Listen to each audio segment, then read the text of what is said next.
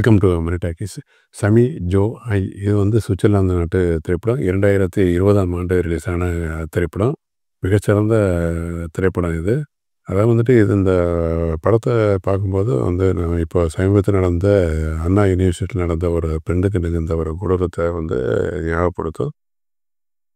இது வந்து எப்படி வந்து ஒரு பெண் வந்து ஒரு போல்டா இருக்கணுங்கிற விஷயத்தையும் சொல்லுது. அதேமாரி ஃப்ரெண்ட்ஷிப் வந்து எப்படி இருக்கணுங்கிற விஷயத்தையும் அந்த படம் வந்து நமக்கு தெளிவா சொல்லும். அதேமாரி வந்துட்டு அந்த பள்ளி பருவ நட்புனா கல்லூரி பருவ நட்புல வந்துட்டு நம்ம வந்துட்டு வீட்ல நடக்கிற எந்த பிரச்சனையும் நம்ம வந்து மண்டையில ஏத்திக்கிற மாட்டோம். ஏன்னா அந்த வயசு அந்த மாரி உங்களுக்கு நண்பர்களே வந்துட்டு அந்த ஒரு சந்தோஷத்த மட்டும் பகிர்ந்துக்கிட்ட ஒரு நாட்கள்.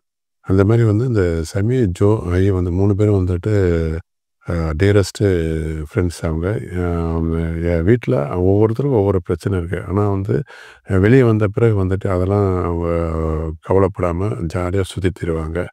இப்போ அவங்களுக்கு வந்து அந்த ஸ்கூல் வந்து சம்மர் ஹாலிடேஸ் விடுறாங்க. இந்த சம்மர் ஹாலிடேஸ் டயத்துல வந்துட்டு 3 பேரும் வந்துட்டு ஒரு பார்ட் டைமா வந்துட்டு ஒரு இடத்துல வேலைக்கு போறாங்க. இதுல வந்து ஜோ வந்துட்டு ஒரு டிபார்ட்மெண்ட் ஸ்டோர்ல வந்து வேலைக்கு போறான். அதே கடையில தான் வந்துட்டு இந்த ஜோவுடைய அம்மா வந்துட்டு ஒரு தூய்மை பணியாளரா வேலை பார்க்குறா. இந்த கடை முதலாளி வந்துட்டு இவகிட்ட இந்த ஜோ கிட்ட வந்துட்டு தப்பா நடக்கிற ட்ரை பண்றான். வற்புறுத்துறான். வேற வழி இல்லாம ஒரு பயமுறுத்துறான். அதாவது வந்து நான் வந்து நீ எனக்கு சம்மதிக்கலன்னா உங்க அம்மாவ விட்டு உங்க அம்மாவையும் உன்னைய வேலைய விட்டு எடுத்துருவேன். அதுக்கப்புறம் நீங்க வந்து சாப்பாட்டு கூட நீங்க கஷ்டப்படணும் அப்படின்னு சொல்லிட்டு அவங்களுடைய பொருளாதாரத்த வந்து தனக்கு சாதகமா பயன்படுத்தி அவனுடைய ஆசைய வந்து நிறைவேத்திக்கிறான். ஆனா, அதுக்கப்புறம் அந்த சம்பவத்துக்கு பிறகு அந்த ஜோ வந்துட்டு மன ரீதியா ரொம்பவும் பாதிக்கப்படுறான். அ இவன் வந்து முன்னாடி நல்லா கலகலப்பா இருந்தவன் இப்படி இருக்காரு அப்படின்னு சொல்லிட்டு இவனுடைய ஃப்ரெண்ட்ஸ் வந்து அ அவகிட்ட வந்து இது தோண்டி துருவி கேட்கும்போது, அப்ப நடந்த சம்பவத்த சொன்ன பிறகு அவனுக்கு ரொம்ப டென்ஷன் ஆயிருது. இத சும்மா விட்டுறக்கூடாது. கண்டிப்பா அவன வந்து நம்ம பழி தீர்த்து பழி வாங்கியே ஆகணும் அப்படின்னு சொல்லிட்டு 3 பேரும் சேர்ந்து அவன வந்துட்டு அந்த டிபார்ட்மெண்ட் ஸ்டோர் மறுநாள் எப்படி பழி வாங்குறாங்கிறது வந்து கிளைமாக்ஸு.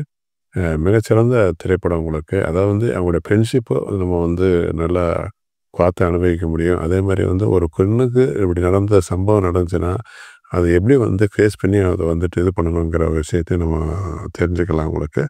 ஒரு கான்ஃபிடென்ஷியல் ஃபிலிம் தான் இது. அவசியம் பாருங்க. இது வந்து நான் திரைப்பட விழாவுல பார்த்தேன். இது வந்து அமேசான், நெட்ஃப்ளிக்ஸ்ல இருக்கறதுக்கு வாய்ப்பு இருக்கு. சேனல மறக்காம சப்ஸ்கிரைப் பண்ணுங்க. நன்றி, வணக்கம்.